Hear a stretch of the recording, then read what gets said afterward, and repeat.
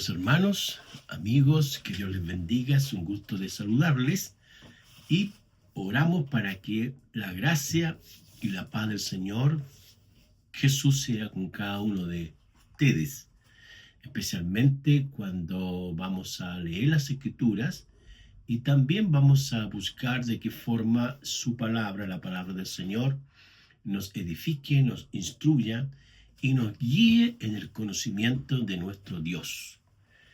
Vamos a leer la palabra del Señor hoy día en el texto de Apocalipsis capítulo 9, los versículos 1 al 12. Apocalipsis capítulo 9, versículos 1 al 12. Dice así la palabra del Señor.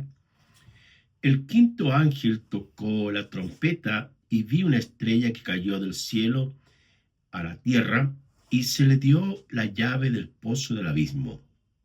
Y abrió el pozo del abismo, y subió humo del pozo como humo de un gran horno. Y se oscureció el sol y el aire por el humo del pozo.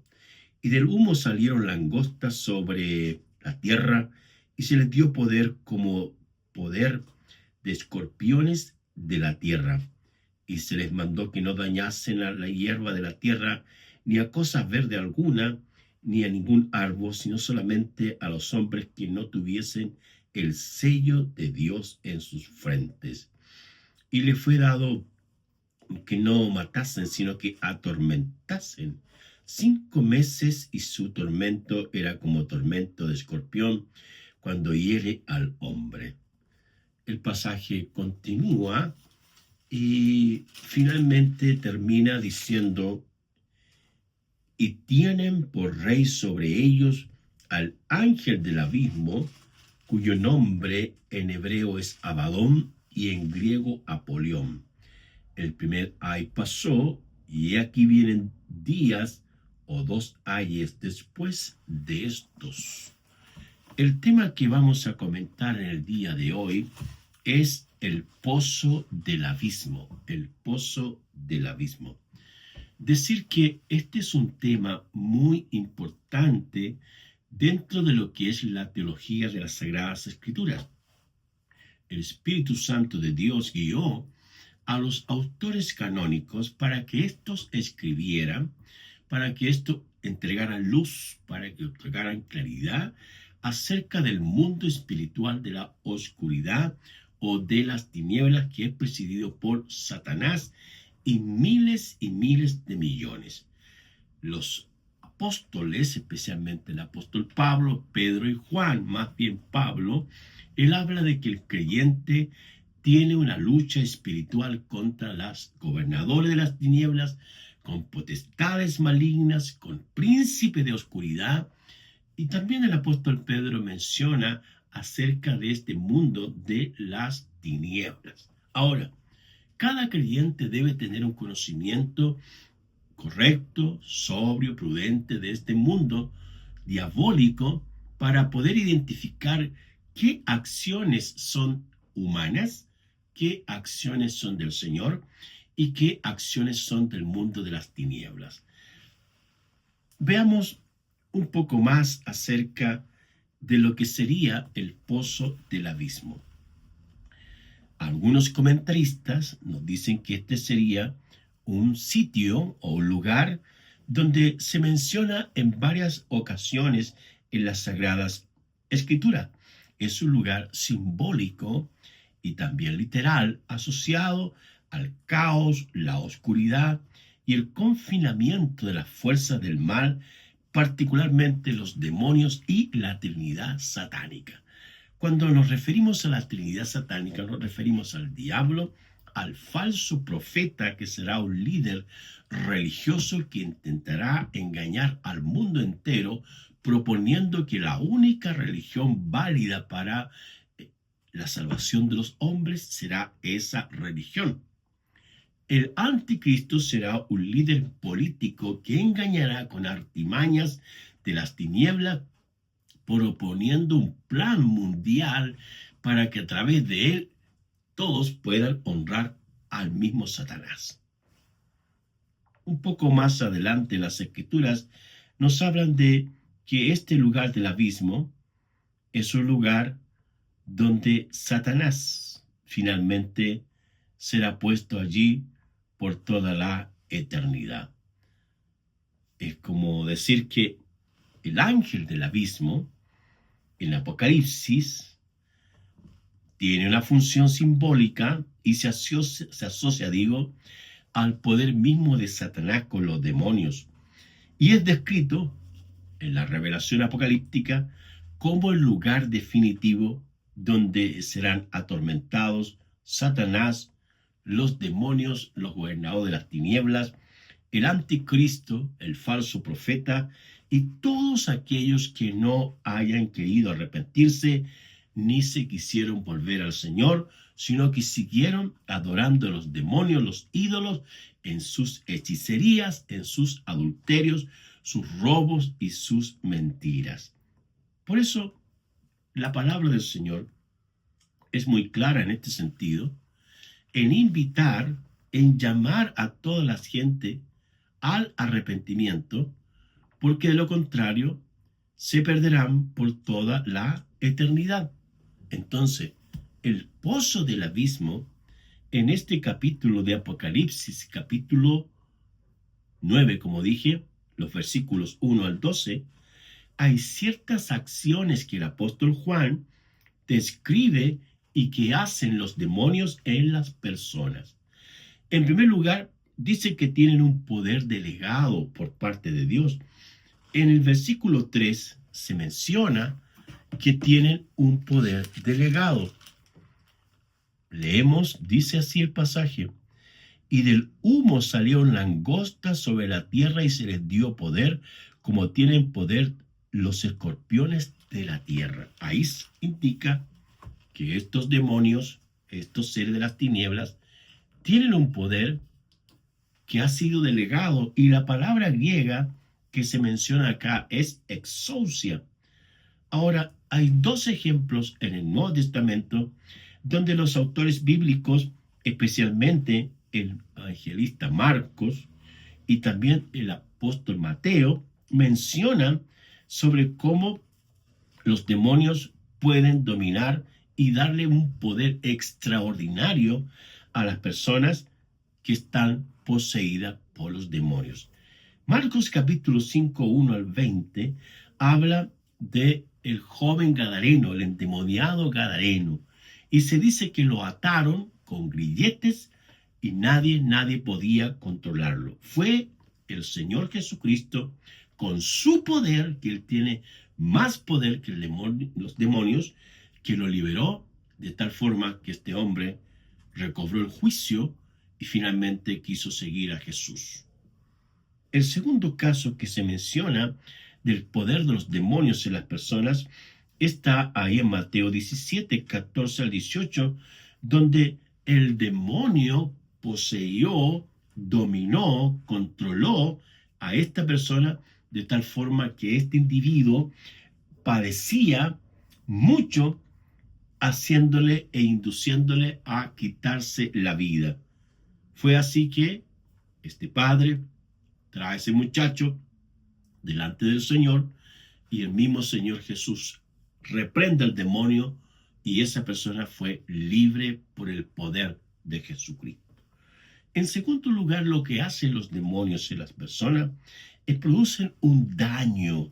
Esta palabra dañar en el texto griego es sousin, y que se refiere a una acción tanto de daño físico como también emocional y también moral. En Lucas capítulo 13, versículos 10 al 16, se habla de un espíritu de enfermedad, donde una mujer durante 18 años se encontraba encorvada por este espíritu maligno de enfermedad. Tuvo que pasar el Señor Jesucristo por ahí, y el Señor con su poder reprendió el demonio, el espíritu de enfermedad en esta mujer, y fue libre para la gloria del Señor. El segundo caso que se menciona está en Mateo capítulo 12, versículo 22, donde había un demonio que tenía dominado y controlado y herido a una persona de tal forma que era ciego y mudo.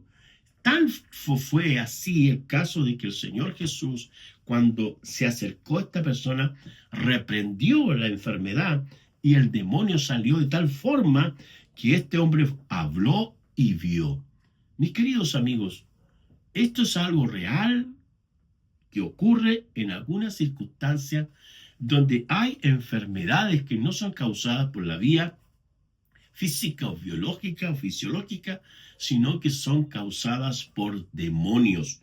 Y es muy importante saber discernir y distinguir que el poder del Espíritu Santo, el poder de Cristo, es superior a cualquier poder humano o diabólico.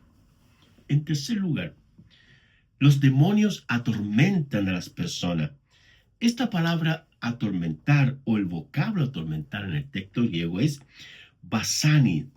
Y en las escrituras nos encontramos con algunos ejemplos como Mateo 18:34, donde el Señor Jesús habla metafóricamente contando una parábola de una persona que no cubrió sus deudas adecuadamente y que los verdugos le atormentarán. Y ahí se usa la palabra torturar. Aquí nosotros tenemos que ser muy cuidadosos en la forma de hablar y tratarnos los unos con los otros, porque puede que desde el punto de vista humano, en las relaciones que tenemos unos con otros, seamos influenciados a través de un espíritu diabólico y podamos nuestro lenguaje, nuestra forma de decir las cosas, atormentar a alguien que realmente le amamos o le queremos. Dios nos ayude aquí en este aspecto. En Apocalipsis 20:10 dice la escritura que el diablo, el falso profeta y el anticristo serán atormentados por los siglos de los siglos. Apocalipsis 20 es casi la conclusión de la revelación que recibió el apóstol Juan y va a hablar ahí que previamente Satanás va a ser atado, pero después será liberado, saldrá a engañar a las naciones y finalmente el Señor lo tomará y lo meterá allí al pozo del abismo, donde será atormentado por los siglos de los siglos. Eso dice la palabra del Señor. Y en cuarto lugar, los demonios que salen del pozo del abismo dañan a las personas. Esta palabra en el texto griego es adikesal, o adikesai, y tiene que ver con dañar a alguien, desprestigiar la honra de una persona, como también hacer o realizar algo injusto en contra de otro. Son los demonios los que presionan, los que manipulan, los que hacen e inducen a las personas para usarles, para destruir a sus semejantes en cuanto a la honra, el prestigio que algunas personas tienen. Ahí en Mateo capítulo 7:12 se habla de la regla de oro. Quiero leerlo para fijarnos bien. Mateo 7. El Señor Jesucristo, este es el primer discurso del Señor, que también se le llama el Sermón del Monte. Mateo 5, 6 y 7. Y el 7:12 dice así: así que todas las cosas que queráis que los hombres hagan con vosotros, así también haced vosotros con ellos, porque esta es la ley y los profetas. La pregunta es, ¿qué le gustaría a usted que le hiciera? ¿Le gustaría que lo saludaran, que lo respetaran, que lo honraran, que lo reconocieran, que lo bendijeran? Eso mismo tenemos que hacer nosotros con las personas. Bendecirles, honrarles, reconocerles, agradecerles y estimularles para que ellos avancen en todas las áreas de su vida, a nivel personal, a nivel de matrimonio, el núcleo familiar, en el contexto laboral, estimularle al aprendizaje y no decirle que es un tonto, un torpe, que no aprende nada, sino que siempre tener una actitud didáctica, pedagógica, instructiva, porque todos, con la ayuda del Señor, podemos aprender diferentes cosas con la gracia, la sabiduría, con el empeño, con la constancia, podemos aprender las cosas nuevas que bendicen a otros. Al mismo tiempo, en Primera de Corintios 6:8, habla ahí de cómo muchas personas han sido oprimidas, pero especialmente, vamos a ver el texto, Primera de Corintios 6, ya, el apóstol Pablo está dando algunas instrucciones a la iglesia de Corinto, y en el capítulo 6:8 dice así: pero vosotros cometéis el agravio, ahí está, cometéis el agravio, es decir, ser injustos, ofender a otros, y defraudáis, y esto a los hermanos. Así que, por cierto, es que haya alguna falta entre vosotros, que tengáis pleito entre vosotros mismos. ¿Por qué no sufrís más bien el agravio? ¿Por qué no sufrís más bien el ser defraudados? El pasaje menciona una situación que ocurrió en la iglesia de Corinto, donde los mismos hermanos no habían reaccionado, y el apóstol les habla de que ellos deberían haber resuelto aquella situación. O habían otros que habían sido afectados, y en el fondo el consejo es que si a alguien le afectó algo que se hizo, se habló mal de él, se perjudicó la vida de esta persona, lo que podemos hacer es dejarlo eso en las manos del Señor. ¿Por qué razón? Porque Dios es el juez justo y es el Señor quien vela por nuestras vidas en cualquier lugar. Ahora, hay personas que son influenciadas por demonios y destruyen la honra de las personas. Y son los demonios los que quieren arruinar la vida personal, el matrimonio y la familia. Es por eso que hay que estar atentos, tener nuestros ojos, nuestro espíritu, examinar todas las cosas y darnos cuenta que a veces hay situaciones que son de las tinieblas. En Efesios 4 también, una de las epístolas cristológicas, Efesios, en el capítulo 4, vamos a buscarlo.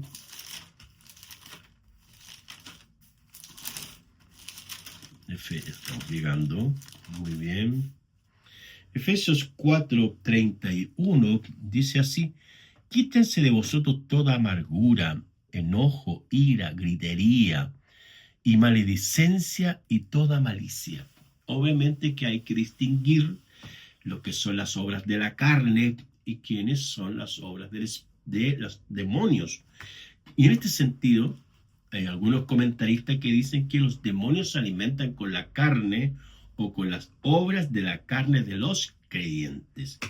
La palabra carne en el texto griego es sark, y sark tiene tres acepciones. Uno, carne de descendencia.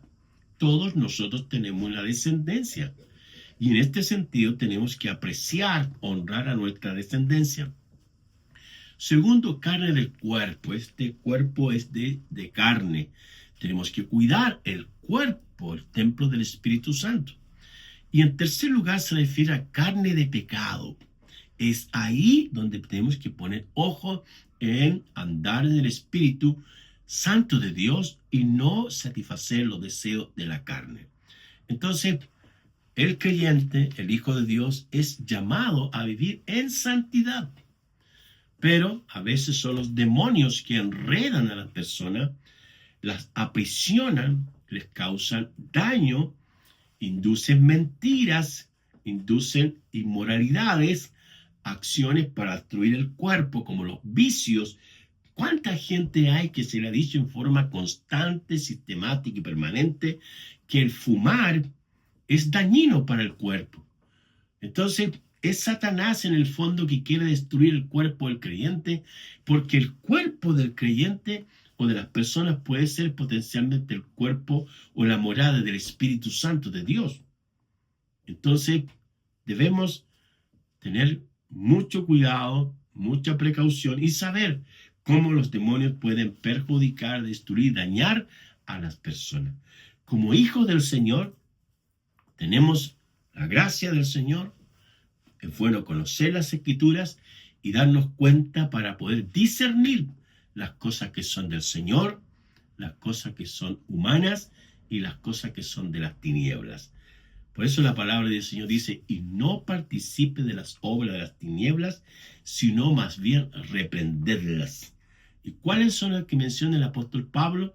Se refiere a aquellas que son de la inmoralidad, como la fornicación o la pornografía, que sería la palabra ligada para fornicación, como también, ojo con esto, que a veces la pornografía no necesariamente significa ver actos sexuales inmorales, sino que hay música pornográfica. Hay artistas que se mueven por el mundo entero que son ministros de las tinieblas que promueven música inmoral, música diabólica, música satánica, que destruye la vida de las personas. El narcotráfico con toda aquella droga de diferentes grupos, secciones y no sé cómo decirlo, pero a lo que me refiero es a la marihuana, la cocaína, la heroína, anfetaminas, pastillas, todo eso son promovidas por las tinieblas para destruir la vida de las personas.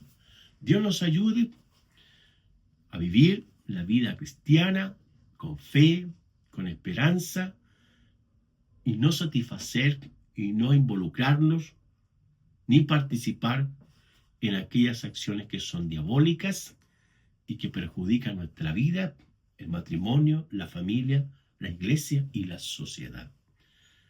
Oremos. Padre, en el nombre de Jesús, te damos gracias y reprendemos las tinieblas en el nombre de Jesús. Reprendemos toda hechicería, toda brujería, toda mentira, todo espíritu de enfermedad, todo engaño, Señor, toda obra diabólica de dañar, de perjudicar, de destruir, de arruinar la vida de los creyentes, la vida de tu pueblo, la vida de tus hijos, Señor. Y clamamos al Dios Todopoderoso para que la gracia, el poder del Espíritu Santo venga sobre los creyentes y la luz del Evangelio permanezca siempre en victoria. Señor, tu palabra dice que las tinieblas no prevalecieron contra la luz y no prevalecerán nunca jamás. Cristo es la luz, Cristo es la victoria. Confía en el Señor y Él le dará la victoria. Bendiciones.